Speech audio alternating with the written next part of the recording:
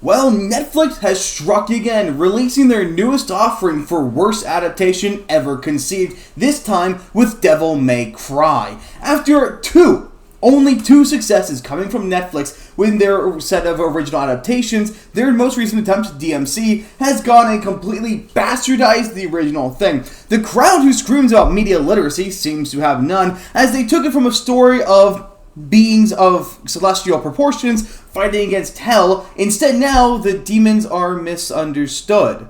They basically made them into an allegory for Middle Easterns, and while I'm not saying there's no allegory there, it's only because both are probably demons. This show is an unironic joke. It is legitimately positing the events of DMC and of fucking hell as an allegory for the Iraq War, where all of the demons are just misunderstood refugees trying to find a place to live safely, who come to Earth, aka America. They literally come to America through portals so they can escape the toxic air created by the evil warlords. Yes, the demons are just refugees trying to find a place to live peacefully in America. On the nose a little bit, and most of them cover their heads.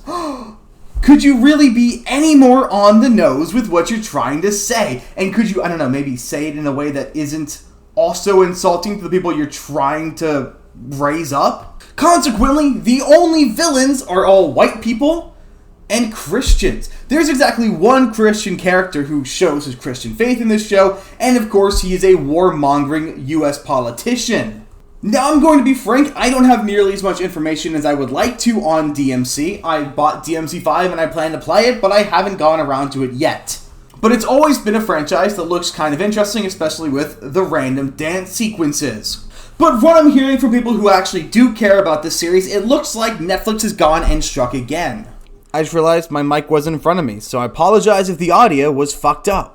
And of course, the person who created this show has a long track record of fucking up different adaptations. From the Castlevania adaptation, which was just atrocious, with some decent scenes in the first season, but ultimately boiling down to an excruciatingly misandrous piece of work in the second and third season.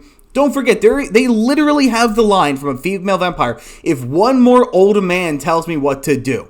She's literally bitching about the patriarchy in it. This showrunner has done most of the game adaptations, and of course, almost all of them have been terrible. But before we go any further, like, subscribe, and let's get into this.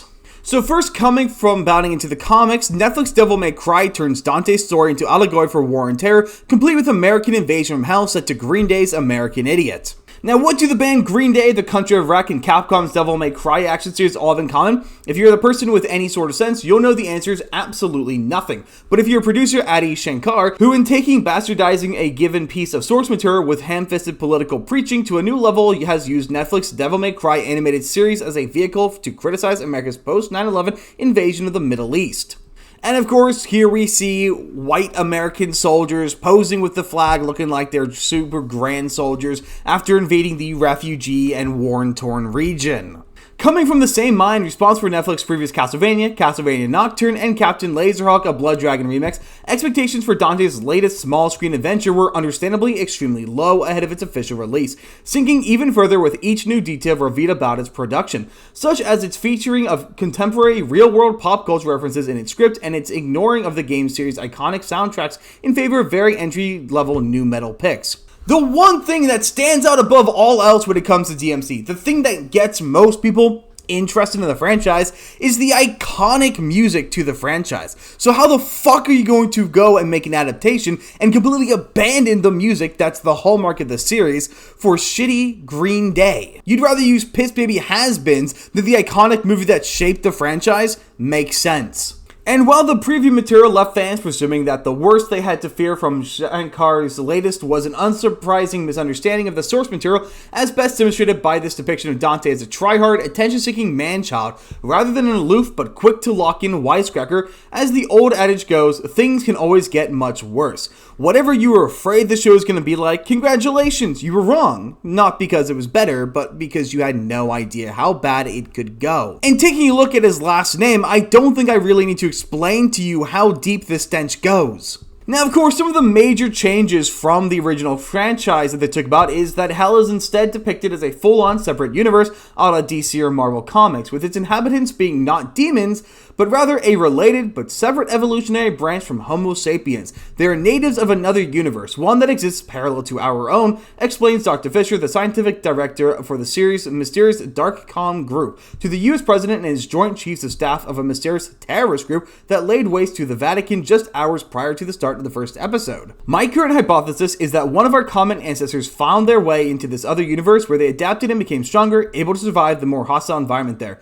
Pressed by one of the government board's members, just to be clear, the hostile environment you're talking about is hell, Dr. Fisher pushes back. Mythology exists to explain reality. Why do you think every culture on Earth tells the same story about the demons and the underworld? So obviously it is a group being labeled as a non-human subspecies, who lives in a hostile environment, who is being scapegoated and painted as being non-human and demonic. Can you lay it on any thicker? To this end, it is further revealed that rather than a world of fire, brimstone, and eternal pain, hell, or the Japanese Makai, as it is inhabitants refer to it, is instead a planet whose surface has been absolutely ravaged by the plundering of demons' upper castes, in doing so practically leaving its lower class, more human inhabitants to either die by starvation or by choking on polluted air. Okay, so not only is it that American imperialism is the villain, but also capitalistic fervor and a desire for economic growth as well. Enter the series' main antagonist, the White Rabbit, who has made it his mission to help those suffering in Makai to cross over to Earth in hopes of escaping their torment and someday thriving, even if it means his forceful manipulation of the barrier between the two planes allows for the occasional monstrous demon to cross over and wreak havoc. Oh, so well, the ones who are rigging up the cars to go boom over in Denmark, they're just the monstrous ones. They're not representative of the rest of the cases. It's only a small mistake in the system that allows those ones to get over. Trust me, most of the herders are perfectly fine. This very on-the-nose demons equals refugees analogy is driven home even harder in episode 5, Descent, when Lady, acting on orders to storm a local tenement building occupied by the White Rabbit's forces and either arrest or kill any and all demons, is impeded in her efforts by a serious rendition of the Cavalier Angelo demon, which shouldn't exist given the series' established timeline, as it doesn't seem as if Dante has even fought the original Nello Angel yet, but I digress. Promptly finding herself on the ropes, Lady attempts to duck away and hide inside of a nearby apartment, begging one of its scared occupants, a family of 3, for help before reluctantly being allowed in. After managing to evade a subsequent sweep of the apartment by Cavalier Angelo and finding herself shocked that the family were not human but demon, Lady, under the influence of a hallucinogenic lobbied at her by the said enemy, begins to mistake her host for aggressive hellspawn, prompting her to draw her gun on them under the assumption of self-defense. With the tension rising between both parties, by the second, Lady and the family's mother and father proceed to have the following conversation. Father, now you turn your gun on us, on our kids? Lady, your friend slaughtered my team. Father, you think we're with them? She's sapient. Of course she thinks all demons are the same. If you're not with the White Rabbit's gang, why are you here? We needed a way out. He had one. A way out of where?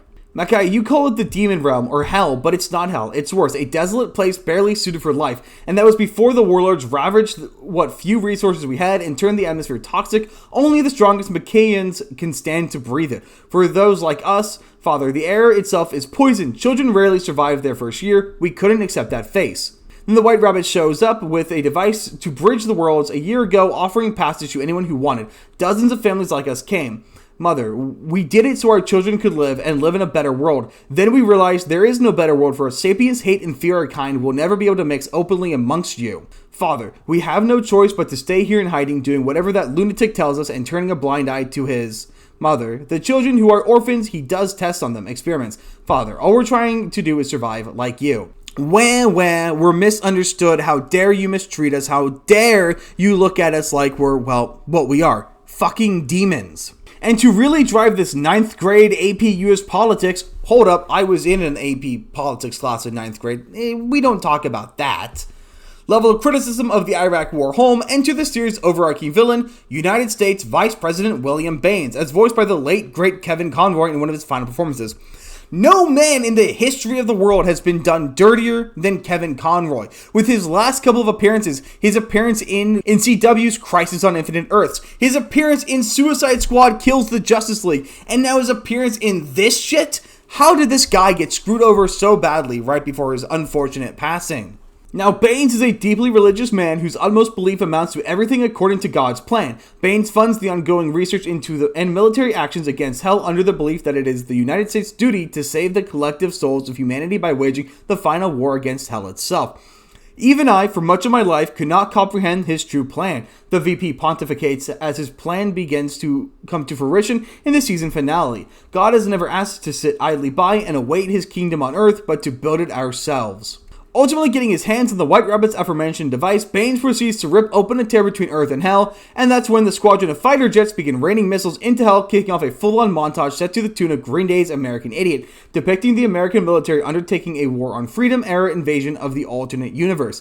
My fellow Americans, what I'm about to tell you is going to sound shocking, declares U.S. President Hopper over footage of the Ouroboros Corporation establishing a corporate foothold in Hell, rounding up its citizens and mining its soil for natural resources. Even unbelievable, but as your president, it is my duty not to conceal these hard truths, but to lay them before you so we may confront them together as a nation. The truth is, Hell is real, demons are real. So not only are they going to wage war against the poor, innocent, subjugated refugee demons, but now they're mining and tapping them for resources, taking away the natural resources from the ground and the air. Netflix, darling, you really shouldn't have. You know, you could have, or you could have taken the much easier route and just could have not. And that would have been a far better option than this shit. Now, the funniest part about this entire situation is what went on with the showrunner. As the X-Page discussing film had put out a tweet, exclusive clip from DMC anime release. Hold up, this is not a fucking anime. Stop calling it an anime. To be anime, it must be produced in Japan. This is not anime. Now, Marshall Bowman perfectly words it, demons aren't evil, you're all just bigots. We're reaching levels of religion bad we didn't think were possible. Now, the only reason that matters is because Adi Shankar comes in and says, feels like a real bad faith take. My show isn't saying religion bad. To which Marshall responds, you wrote the text. The text is clear. It's not our fault. We see it for what it is. Do better. This discussion is over. And if you're not saying religion bad, then tell me exactly what you are trying to say. As the American Christians are supposedly waging a war of pointlessness and religious righteousness against the poor, innocent demons, where the only person who is actually pushing for the war happens to be the Christians. I'm not even a Christian. I have never been a Christian, and I am offended on their behalf. And then, of course, let's not pretend the choice of the song Green Day was accidental or anything. They chose that song explicitly because the point of the song American Idiot is to shame the American complex. The entire point of the show is to shame America for the actions it took during the War on Terror. And was the US perfect during that time? No, but nobody was either. The entirety of the show is nothing more than another shitty attempt at social programming. They're trying to convince you that what is American is bad. What is Christian is inherently bad because it's Christian. They want you to be embarrassed and ashamed of your Americanism, your Christianity, your Western values. And they want you to accept this toxic acceptance, this level of acceptance of what's outside that is going to kill you. They want you to adopt this level of extreme and unnecessary empathy. They want you to invite the murderer in through the front door. And that's the reason why they're positing the group as refugees and why they're drawing so many connections between the targeted groups. There's a reason why the demons' lives represent that of the Middle Eastern ones. And there's an even bigger reason why the two cultures are not compatible in the show, because they aren't compatible in the real world. It really is quite a miracle that they managed to create something amazing like Arcane or Cyberpunk Edge Runners, and then ever since then, the animation quality has been bottom of the barrel. The music, the design, the storytelling, the acting, everything has been so obsessively millennial, with the worst kinds of dialogue you'll ever see, with the most brain-dead political positions you'd ever see. And it doesn't look like they're going to change. Something will have to change at Netflix before we start getting actual quality again, and here's to hoping that happens sooner than later before they can ruin a few more things. But then again, it doesn't really matter if Netflix tries to ruin properties because nobody's going to watch it anyway. That's pretty much all I've got. Let me know down in the comments what you guys think about this, and I will see you guys on the next one.